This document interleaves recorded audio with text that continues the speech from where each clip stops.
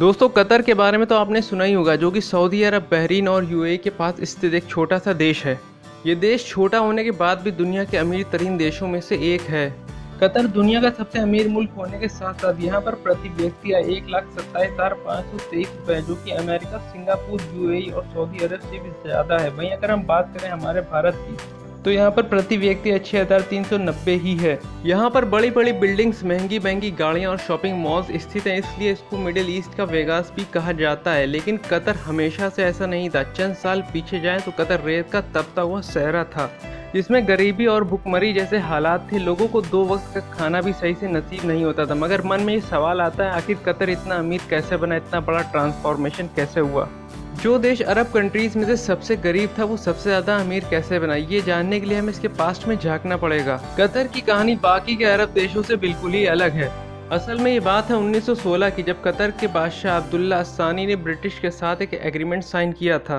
Qatar को किसी भी ज़मीनी या समुद्री हमले की सूरत में ब्रिटेन उसको डिफेंस करेगा और कतर बदले में अगले 55 साल तक अपने ब्रिटिश कॉलोनी का हिस्सा रहेगा। और ये कि कतर से निकलने वाले नेचुरल रिसोर्सेज में ब्रिटेन का भी शेयर होगा। 1940 में कतर ने सबसे पहले ऑयल फील्ड डिस्कवर की। फिर 1960 तक कतर में तेल की खोज हुई और ज़मीन से निकालना शुरू कर दिया था। और कतर के हालात आहिस्ता आहिस्ता बदलना शुरू हो गए थे। अभी भी ज़्यादा तब्दीली नहीं आई थी। फिर 1970 में ऑयल शेल कंपनी ने इस कंट्री का सबसे बड़ा खजाना खोज निकाला, नॉर्थ फील्ड, दुनिया की सबसे बड़ी नेचुरल गैस फील्ड। उस ज़माने में गैस बहुत ज़्यादा प्रॉफिटेबल नहीं थी। उसकी मेन वजह यह भी थी कि गैस पाइपलाइंस को एक जगह से दूसरी जगह पर ले जाना, और कतर गैस इस्तेमाल करने वाले देशों से बहुत ज़्यादा दूर था। उस वक्त वहाँ पर पाइपलाइन ले जाना लगभग नामुमकिन था। इसी वजह से ऑयल शेल कंपनी भी गैस की खोज कर भूल गई थी और ये डिस्कवरी ऑफिशियल डॉक्यूमेंट में ही दबकर रह गई थी। फिर 30 सितंबर 1971 को कतर को ब्रिटेन से भी आज़ादी मिल गई थी। अगले 25 सालों में भी कतर के हालातों में कुछ खास सुधार नहीं हुआ था। फिर 1995 को क्राउन प्रिंस हम्माद बिन खलीफा अल थानी ने सत्ता संभाली और एक ही चीज़ पर फोकस किया, और वो थी गैस। क्योंकि हम्माद बिन खलीफा जानते थे कि कतर का फ्यूचर सिर्फ गैस ही बदल सकती है, ताकि उसे ऑयल की तरह शिप्स में रख कर एक शहर से दूसरे शहर में ले जाया जा सके। ये सारे प्रोसेस में गैस को 161 डिग्री पर ठंडा रखना पड़ता है। इस पर कतर ने सारी इन्वेस्टमेंट कर दिया और आज कतर एलएनजी का सबसे बड़ा एक्सपोर्टर है। कतर से गैस इंपोर्ट कराने वाले देशों में Japan, India, China, south Korea और स्पेन शामिल है। इस तरह से बिलियंस ऑफ डॉलर कतर में आना शुरू हो गया और कतर अमीर बनना शुरू हो गया। लेकिन कतर का फ्यूचर बदलने में ये तो एक छोटा सा कदम था, क्योंकि नेचुरल रिसोर्सेज तो बहुत सारी कंट्रीज़ के पास होते हैं, उन्हें इस्तेमाल भी बहुत सारी कंट्री करती हैं। मगर असल मसला ये है कि उन रिसोर्सेज से आने वाले पैसों को सही जगह इन्वेस्ट करना, वरना वेनेजुएला का अंजाम तो हमारे सामने है। यहीं से कतर ने बाकी देशों को पछाड़ते हुए बाजी मारी और कतर ने 2005 में कतर इन्वेस्टमेंट अथॉरिटी नाम से एक कंपनी बनाई, जिसका मकसद ये था कि तेल और गैस से आने वाले पैसों को दुनिया भर में इन्वेस्ट करना।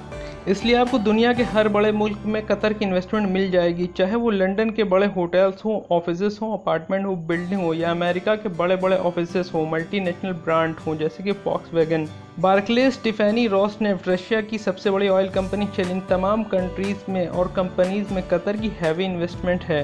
लेकिन ये तो कतर की इन्वेस्टमेंट का छोटा सा ही हिस्सा है। इसके अलावा कतर ने billions of dollar road, airline, research centre में लगाया हुआ है। यहाँ तक कि फीफा वर्ल्ड कप, जो दुनिया का सबसे बड़ा इवेंट है, कतर में ही होगा। 2022 में होने वाले फीफा वर्ल्ड कप की मेज़बानी भी कतर ही कर रहा है। इतने बड़े इवेंट की मेज़बानी करने में बड़े बड़े देश हिचकिचा जाते हैं। इस टूर्नामेंट में बाहर से आने वाले लोगों के लिए खाने पीने की व्यवस्था और ट्रांसपोर्ट की जिम्मेदारी भी कतर की ही है। सिंगापुर के बाद सबसे ज़्यादा करोड़पति व्यक्ति कतर में ही है। यहाँ बेरोजगारी की दर 1% से भी कम है।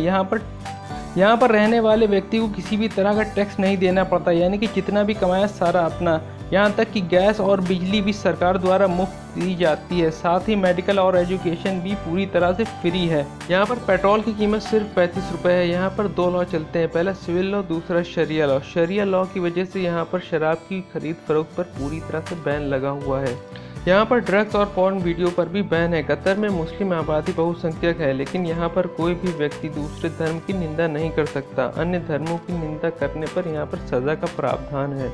कतर की राजधानी दोहा है। दोहा में स्थित अवध इंटरनेशनल एयरपोर्ट दुनिया का सबसे बेस्ट और सबसे बड़े एयरपोर्ट की सूची में शामिल है। वहीं कतर एयरलाइन को दुनिया की one of the best airlines कहा जाता है। कतर जिस से तरक्की कर रहा है, उसने आने वाले समय में जीडीपी के मामले में बड़े बड़े देशों को पछाड़ सकता है। कतर नेचुरल गैस और तेल के उत्पादन में वर्ल्ड के तीसरे नंबर पर है। वहीं साल 2010 में फोर्ब्स ने कतर को वर्ल्ड का सबसे अमीर मुल्क घोषित किया था। दोस्तों वीडियो देखने के लिए बहुत बहुत शुक्रिया और इन्फॉर्मेशन अच्छी लगे तो चैनल को लाइक शेयर सब्सक्राइब और कमेंट जरूर कीजिएगा। मिलते हैं अगली वीडियो में।